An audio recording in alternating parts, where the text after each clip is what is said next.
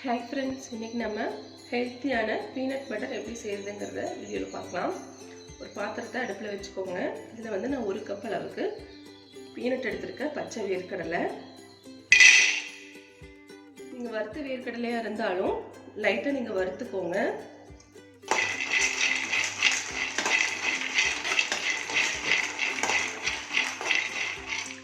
அடுப்பை வந்து கொஞ்சம் லோ ஃப்ளேம்லயே வச்சு வறுத்துக்குங்க, இல்லாட்டி வந்து கரிஞ்சிடும்.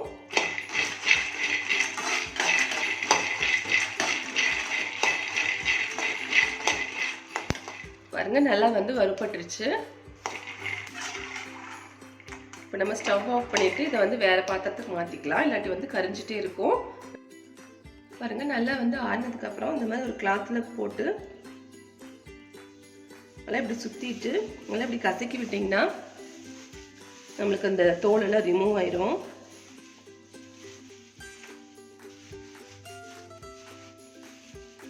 பாருங்க, தோல் எல்லாம் ரிமூவ் ஆயிடுச்சு. இப்போ நம்ம வந்து இந்த தோல் எல்லாம் எடுத்துக்கலாம். தோலை எடுத்துட்டு நம்ம வேர்க்கடலை மட்டும் தனியாக எடுத்துக்கலாம். இது வந்து மிக்ஸி ஜார்ல சேர்த்தியாச்சு. இதை ஃபர்ஸ்ட் நம்ம பவுடர் பண்ணி எடுத்துட்டு வந்துடலாம். பாருங்க, இந்த அளவுக்கு பவுடர் பண்ணி எடுத்தாச்சு. இதுல வந்து இப்போ நம்ம கொஞ்சமா உப்பு சேர்த்துக்கலாம். இதுலேயே வந்து கொஞ்சமாக நான் நாட்டு சக்கரை சேர்த்துக்கிறேன். நீங்கள் வந்து வெள்ளை சக்கரை சேர்த்துற மாதிரி இருந்தாலும் சேர்த்திக்கலாம், அப்படி இல்லாட்டி தேன் சேர்த்துற மாதிரி இருந்தாலும் சேர்த்திக்கலாம். இதையும் சேர்த்துக்கலாம். இதையும் சேர்த்து நம்ம அரைச்சிட்டு வந்துடலாம். பாருங்க, இந்த அளவு அரைச்சிட்டு எடுத்துட்டு வந்தாச்சு.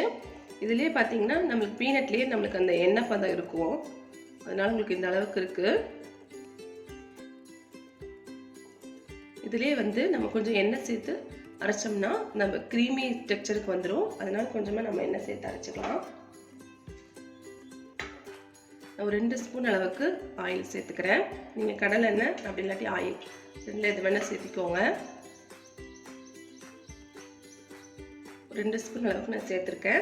இப்போ நம்ம வந்து இதை அரைச்சிக்கலாம். பாருங்கள், அரைச்சி எடுத்துட்டு வந்தாச்சு. எவ்வளோ க்ரீமியாக சூப்பராக வந்திருக்குன்னு பாருங்கள்.